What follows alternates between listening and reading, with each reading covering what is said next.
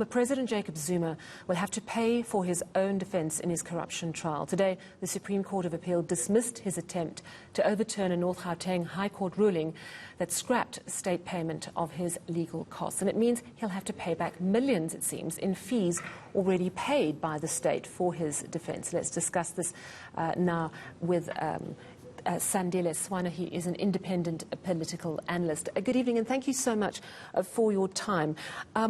Why is it fair for a former president not to have his fees paid, his legal fees? After all, this is relating to issues that were to deal with the state.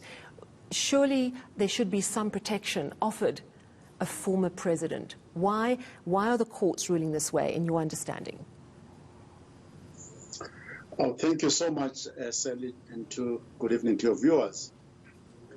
First of all, the case that has caused all of this to happen is what is commonly known as the arms deal case.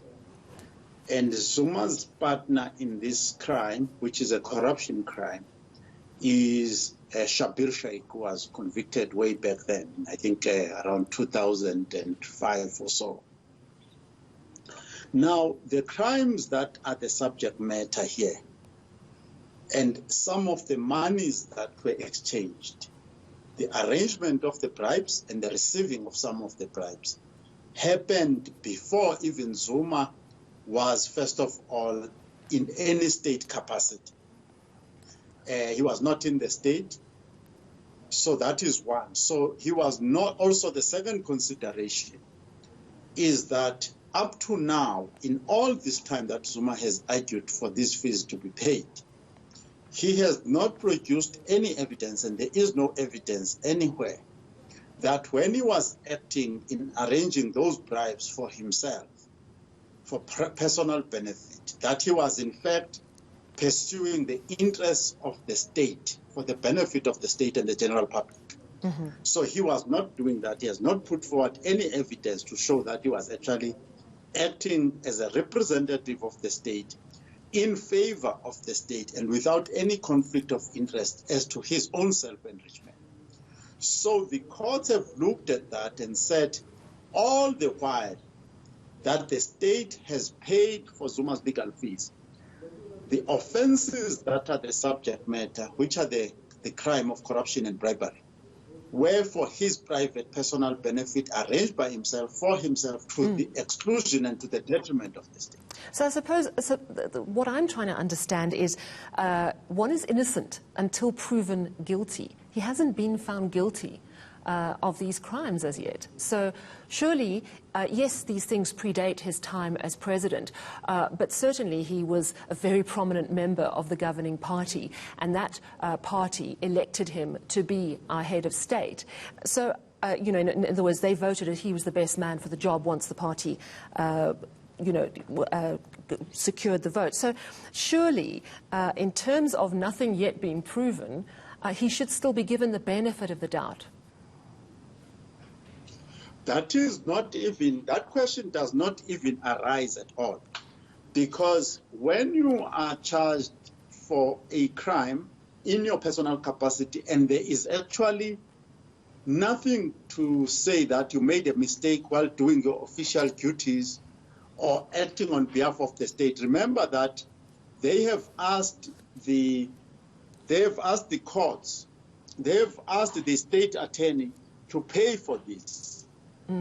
That is another problem, because the state attorney only represents the state. Now, when you are charged by the state through the National Director of Prosecutions, the state is already represented in your case, right? Is represented in your case by the National Director of Public Prosecutions. And then you go to the state attorney and say the state attorney, who is supposed to appear in court himself to come or herself, to come and actually use his own stuff as a lawyer of the state. And you are not the state, actually, you are just a private individual. So that issue of innocent until proven guilty does not even arise. The whole idea of being funded by the state for a personal crime, no matter who you are, does not arise. If you need legal assistance, you go and apply to legal aid.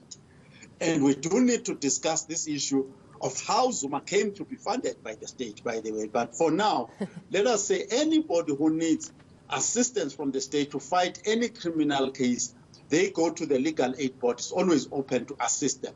And Zuma doesn't seem to have gone there. He also now, it looks like he's going to have to pay back, people are saying, an amount of 15 million. So it's not just going forward where, as you say, he can go to legal aid, but he's also liable to pay back, plus punitive costs, as he inferred that the judge's ruling on this were biased, and he said that without any evidence. So the bill is racking up.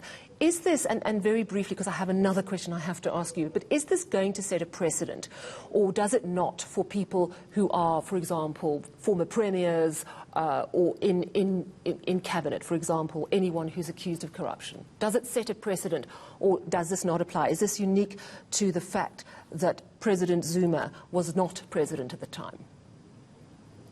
No, there's nothing unique about this. This is just a clarification of existing law. And let me add that when Shaik was charged, I think the charges before his first application to the president was Thabo Mbeki, by the way. It was Thabo Mbeki who authorized this expenditure on Zuma. And Cyril Ramaphosa continued it. The first lot before 2006 was 25 million South African rands. After the letters, it was 15 million. So it's actually more. It's closer to 40 million that it must pay back. Also, cost of covering all the cases it's been losing and paying their costs is all included there. All right. I want to ask you a quick question. It's to do with what is being called on social media the Jesse leaks. And this relates to a part of a conversation that ANC Deputy SG Jessie Duarte had, we understand, as part of the recent NEC meeting. She said some fairly controversial things, saying, for example, it's not like we can't see what's wrong with Zondo. It's turned into a court. It's no longer a commission. She said it's unfortunate the way in which Judge Zondo has presented himself as he presided over Comrade Zuma. She's also saying a plan needs to be made for former President Zuma. How problematic are her statements, bearing in mind that we keep hearing about strong divisions within the party, that the president of the party and the country has spoken out about unity and the need for party discipline? Do you see this as potentially very problematic, or could it fall under the umbrella of we're a broad church in the ANC, everyone's entitled to their views? If we take it from Zuma's point of view, it's very interesting when you read the very immediate past judgment, the one we're discussing just now, that Thabo Mbeki fired Zuma and then started immediately from the presidency funding his legal costs on a watching brief, if you like, even before, in fact, before he fired him, he had already paid for lawyers to go on a watching brief on the Shabir Shaik trial. After that, he authorized twice 2 letters to fund Zuma's lawyers. This 40 million now, total of 40 million that we're talking about. So, and that trend has continued under Cyril Ramaphosa, right up until the judgment today. So, the comrades, including Jessie Duarte, what they are saying is that we've always been able to rescue comrades from the clutches of the law. That is how they close down the scorpions. That's why when they say they want to make a plan, it is not a plan related to a particular faction of the ANC. They have been making plans of how to rescue each other from the law for a long time. And Zuma is a prime example. I am sure there are many who are not as famous as Zuma, but there are many who have been rescued by the comrades. So what Jessie Duarte is saying is consistent with ANC thinking and doing, if the record is anything to go by. Well, thank you very much for your views this evening. Much appreciated. Independent political analyst Sandile Swana. And I must say that our reporters are hard at work trying to get a response from the ANC to that leaked audio, which we understand is Jessie Duarte speaking at the recent NEC meeting.